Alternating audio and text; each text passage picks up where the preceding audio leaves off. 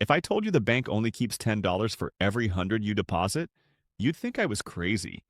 If I told you sometimes they keep $0, you'd think I was lying. But that's exactly how fractional reserve banking works, and it's the reason your money isn't sitting in a vault waiting for you like you think it is. Here's the deal.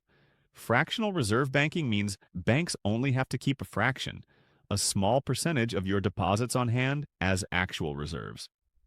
The rest, they can use it to create loans, and I don't mean they lend out your specific deposit. I mean, they use your deposit as the foundation to create brand new money through lending.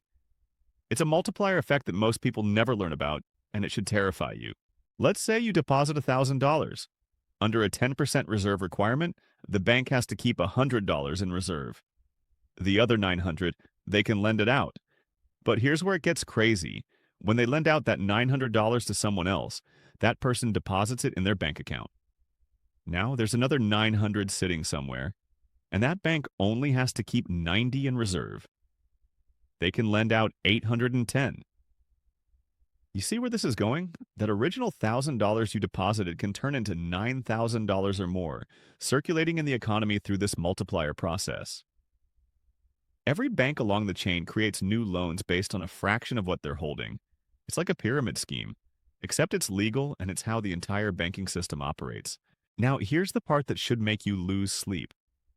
During certain periods, like the COVID crisis, the Federal Reserve dropped the reserve requirement to zero. You read that right, 0%. Banks didn't have to keep any of your deposit in reserve. They could theoretically create unlimited loans based on deposits they don't actually have sitting around. It's financial magic, and not the good kind. So what happens if everyone wants their money at the same time? The bank doesn't have it. They can't give it to you because it's been multiplied and loaned out across the system. That's called a bank run, and it's happened throughout history when people lose confidence and rush to withdraw their deposits. The bank fails because the money simply isn't there. This is why FDIC insurance exists, to prevent bank runs. The government promises to cover your deposits up to $250,000 per account if the bank goes under. That promise keeps people calm and keeps deposits in the system. But think about what that really means. Your money is only safe because the government promises to back it up, not because it's actually sitting in a vault. Here's my take. Fractional reserve banking is a house of cards built on confidence and accounting tricks. Your deposits aren't stored, they're leveraged. The system works beautifully when everyone trusts it and nobody asks for their money back at once.